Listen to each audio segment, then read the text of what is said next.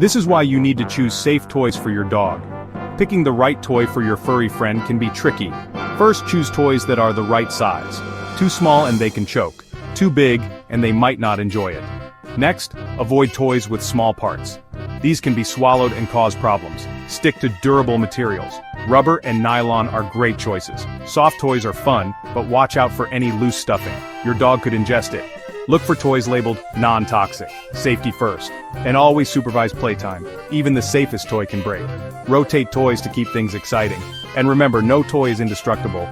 Regularly check for wear and tear. So keep it safe and keep it fun. Your pup will thank you with wagging tails and happy barks. Happy playing, everyone.